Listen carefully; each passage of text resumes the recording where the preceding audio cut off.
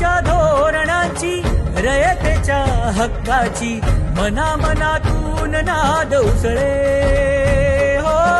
मराठीला अभिजात दर्जा कृती केली ही गर्वाची अभिमानासाठी झटते हो.